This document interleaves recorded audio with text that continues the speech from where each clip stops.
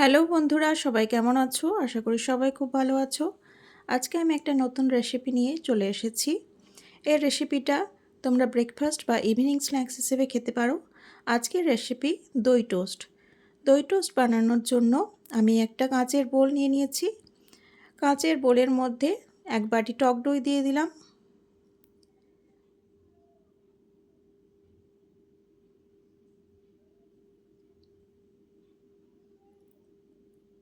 এখন আমি একটা ব্রেড স্প্রেড বানিয়ে নেব ব্রেডের উপরে মাখানোর জন্য।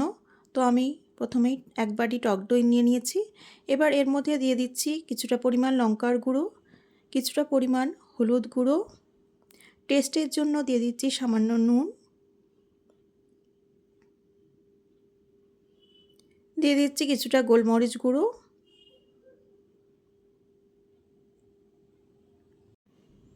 দিয়ে দিচ্ছি কিছুটা পরিমাণ জিরে গুঁড়ো, এর মধ্যে দিয়ে দিচ্ছি গ্রেট করা গাজর,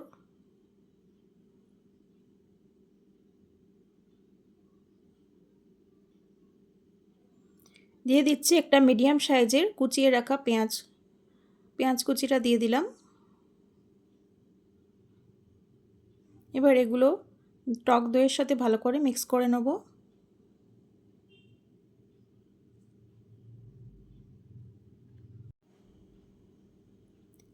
এবার এর মধ্যে অ্যাড করে দিচ্ছি 2 চামচ বেসন।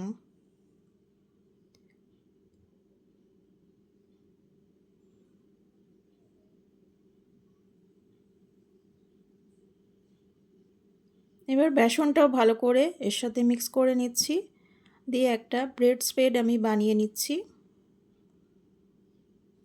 তো বন্ধুরা, যারা ভিডিওটা দেখছো, ভিডিওটা ভালো লাগলে অবশ্যই লাইক শেয়ার কমেন্ট করো, আর চ্যানেলে নতুন বন্ধু হলে চ্যানেলটিকে সাবস্ক্রাইব করে আমার পাশে থেকো।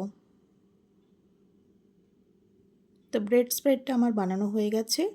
এবার এদিকে আমি 4 পিস ব্রাউন ব্রেড নিয়েছি। তোমরা চাইলে হোয়াইট ব্রেড নিতে পারো, যেহেতু আমাদের বাড়িতে ব্রাউন ব্রেড ছিল, আর ব্রাউন ব্রেডটা খুবই হেলদি। তো এখানে আমি 4 পিস ব্রাউন ব্রেড নিয়েছি। এবার দেখো, ব্রেডের একটা পোর্শন মানে উপরের পোর্শনটায় যে ব্রেড স্প্রেডটা বানিয়েছিলাম সেটা খুব ভালো করে স্প্রেড করে নিচ্ছি, মাখিয়ে নিচ্ছি।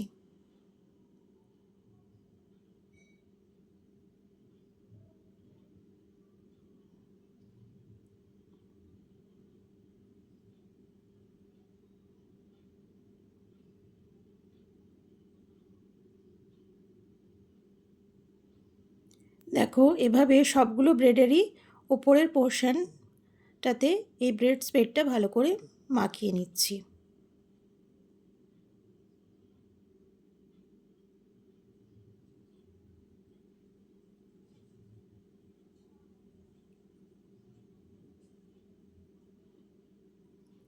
এদিকে আমি গ্যাসে একটা প্যান বসিয়ে দিয়েছি। এর মধ্যে সামান্য পরিমাণ সাদা তেল দিয়ে দিলাম, আর তেলটা ব্রাশের সাহায্যে প্যানের মধ্যে ভালো করে স্প্রেড করে দিলাম।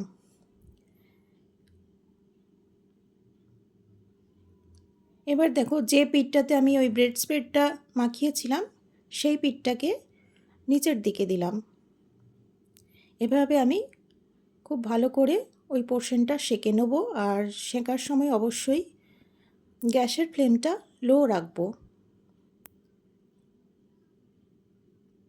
এবার ওপরের পোর্শনটাতেও আমি ওই ব্রেড স্প্রেডটা ভালো করে লাগিয়ে নিচ্ছি, ভালো করে স্প্রেড করে নিচ্ছি।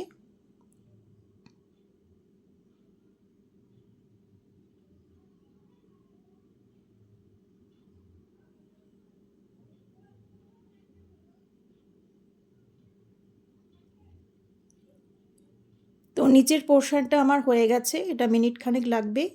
ফ্লেমটা লো রেখে ধৈর্য ধরে একটু সেঁকে নিতে হবে। এবার উল্টো পিঠটাও আমি উল্টে দিলাম। এবার উল্টানো পিঠটাও ভালো করে সেঁকে নেব, তাহলেই তৈরি হয়ে যাবে দই টোস্ট।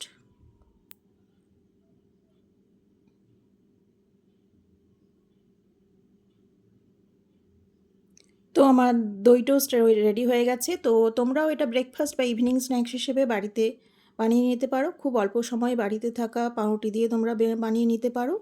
তো ভিডিওটি যারা এতক্ষণ দেখলে তাদেরকে জানাই অসংখ্য ধন্যবাদ। তো সবাই ভালো থেকো, আজকের মতো আসি, সবাইকে টাটা।